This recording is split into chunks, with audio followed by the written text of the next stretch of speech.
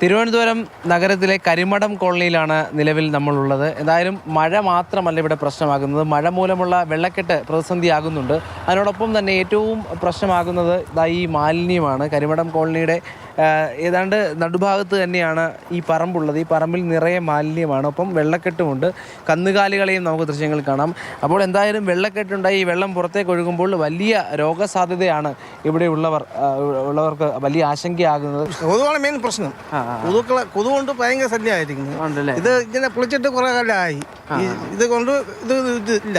എന്താ മാലിന്യം എവിടെ നിന്നാണ് ഈ വരുന്നത്? മാലിന്യം ഇവിടെ ഉള്ള ആൾക്കാരാണ് കൊണ്ടുവരുന്നത്. ആണല്ലേ? ഇവിടെ ഉള്ള നാട്ടുകാരാണ്. വീട്ടിലെ പ്രശ്നമാണ്, നമുക്ക് നാറ്റം കൊണ്ട് ഇരിക്കാൻ പറ്റണില്ല.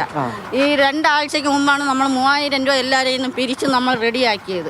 എന്നിട്ടും വീണ്ടും നിറഞ്ഞ് പൊട്ടിയിട്ട് മേലധികാരി 24-ൽ അറിയിച്ച് അവർ മേലധികാരികൾക്ക് അറിയിച്ചിട്ടുണ്ട്. പക്ഷെ ആരും ഇതുവരെയും എത്തി നോക്കിയിട്ടില്ല. പ്രശ്നം ഉണ്ടാകുന്ന വീടുകൾ എത്രയാണ്? വെള്ളക്കെട്ട് വരണത് എൻ്റെ വീടും അവരെ 3 വീടുമാണ് ഇപ്പം പ്രശ്നമുള്ളത്. മാലിന്യങ്ങൾ കൊണ്ട് നിറയണത് ഞങ്ങളെ 3 വീടേ ഉള്ളൂ. എങ്ങനെ ജീവിക്കാൻ നമ്മൾക്ക് എവിടെ പോകാൻ നമുക്ക് പോക്കടി ഇല്ലാത്തതുകൊണ്ട് ഇവിടെ കിടക്കണം. എല്ലാ വീട്ടിൽ അപ്പുറത്ത് കാണണമെങ്കിൽ അവൾ സുഖമില്ല കിടക്കണം. ഈ നാറ്റങ്ങളും കൊതുകടിയും എല്ലാം കൊണ്ട് കിടക്കാനും കൂടെ വയ്യ. എത്ര നാളായിട്ട് ഇവിടെ ഇങ്ങനെ മാലിന്യം ഉണ്ടോ? ഇപ്പോൾ ഒരു 2 വർഷം കൊണ്ടൊക്കെ ഉള്ളൂ. ബാക്കി ഒരു വീട് ഇവിടെയൊക്കെ വീടായിരുന്നു, അത് പൊളിച്ചതിന് ശേഷമാണ് ഇവരെല്ലാം കൊണ്ടിടുന്നത്. 1.5 മാസമായി നമ്മൾ സന്തോഷമായി കളിച്ചു.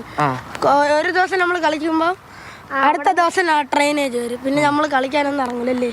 പൊട്ടി വരുമ്പോൾ ഭയങ്കര വെള്ളം കെട്ടിയിരിക്കും. അപ്പൊ കാലിലൊക്കെ വെള്ളം നനയുമ്പോ വീട്ടിൽ കയറും. ഇത്ര ദിവസം കളിച്ചിട്ടില്ല നമ്മൾ വെളിയിൽ. നമ്മൾ കളിക്കാൻ നേരത്ത് കുറെ അമ്മമ്മമാരും പറയാം നമ്മളടുത്ത് കളിക്കാൻ എന്നൊക്കെ. നമ്മൾ കുറെ ദിവസമായി കളിച്ചത്. സ്കൂളിൽ പോയാലും കളിക്കാൻ പറ്റില്ല, മഴ അവിടെ വെള്ളം കെട്ടും. നിലവിൽ എന്തായാലും സംവിധാനങ്ങളുടെ ഒരു പരാജയം അവർ ചൂണ്ടിക്കാണിക്കുന്നുണ്ട്. ഡ്രൈനേജിന്റെ പ്രശ്നമുണ്ട്. അപ്പോൾ മഴയും കൂടി എത്തുമ്പോൾ വലിയ ദുരിതമാണ് ഈ കരിമഠം കോളനിയിലുള്ള മനുഷ്യർ അനുഭവിക്കുന്നത്. അതും 2 വർഷമായി. ഇനിയും പരാതി പറയാൻ അവർക്ക് വയ്യ എന്നാണ് പറയുന്നത്. അപ്പോഴും ജീവിക്കാനുള്ള പ്രതീക്ഷയിൽ അവർ മുന്നോട്ട് പോവുകയാണ്.